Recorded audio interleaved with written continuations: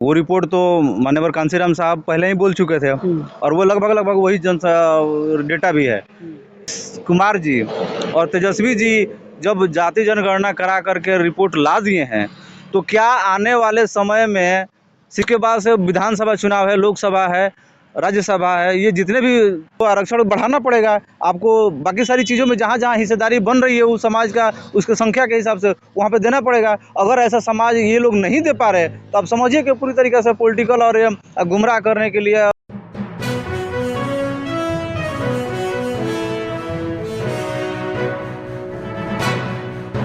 नमस्कार साथियों, मैं रजनीश भारती।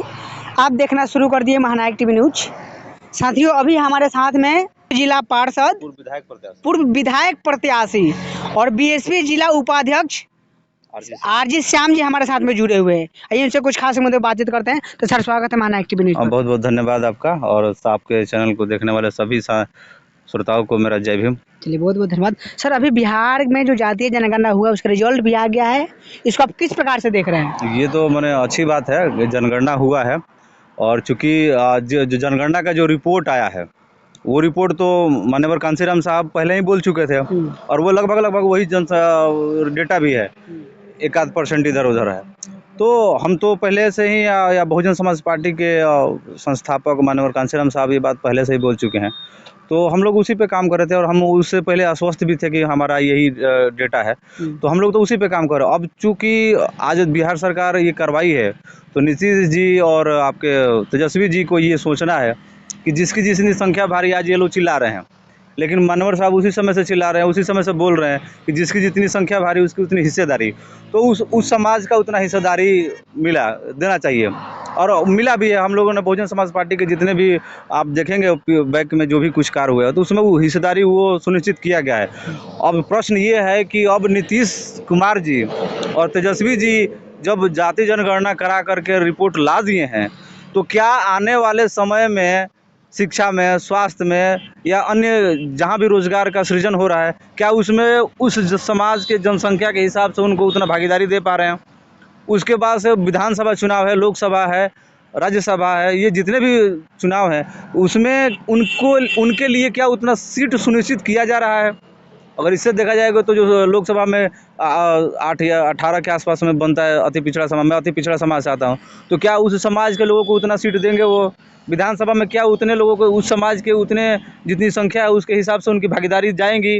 क्या राज्यसभा में, विधान परिषद में जो इतनी संख्या है और भी चीज़ों में जो आयोग के सदस्य बनते हैं, तो क्या उसमें नीतीश जी और लालू जी के ये जो सरकार जो चल रही है बिहार में, क्या उसमें वो हिस्सेदारी देने का काम कर रहे हैं या नहीं दे रहे हैं? या सिर्फ रिपोर्ट बना करके लोगों को गुमराह करने के या लोगों के बीच में ये बात मैसेज देने के लिए कहा भाई कि ठीक है आपकी इतनी संख्या है, तो क्या संख्या है तो हमें उतना हिस्सेदारी मिलेगा?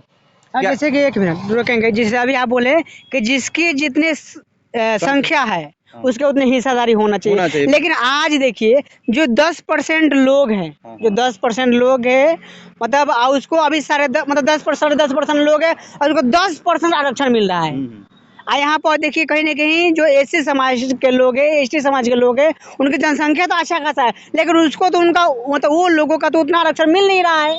तो क्या नीतीश कुमार जी अभी जो जाति जनगणना कराए हैं वो उतना देंगे कि नहीं देंगे, इस पर आप क्या कहिए? हाँ, यही बात तो हम मतलब पहले भी ये बात बोल रहा था कि वो 10% जो समाज है, 15% है, तो उसको उसके जनसंख्या के हिसाब से उसको जनसंख्या आरक्षण मिल गया है।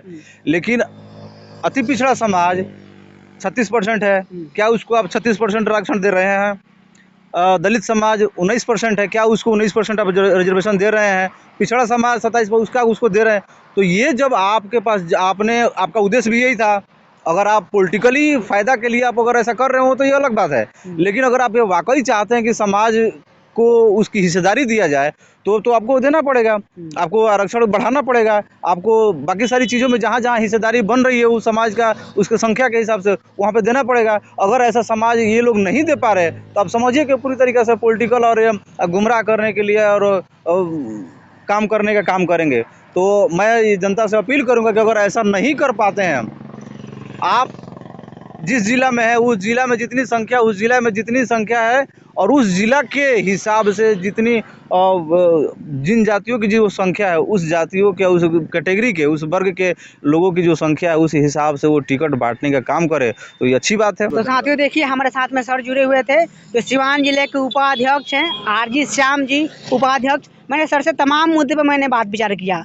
अब पूरा बातें में आप लोग का क्या राय है, आप कमेंट करके अपना प्रतिक्रिया बताइए। ये वीडियो फेसबुक पेज पर देख रहे हैं तो पेज को फॉलो कर लीजिए, यूट्यूब चैनल पर देख रहे हैं तो चैनल को सब्सक्राइब कर लीजिए। मैं रजनीश भारती, जय भीम, जय भारत।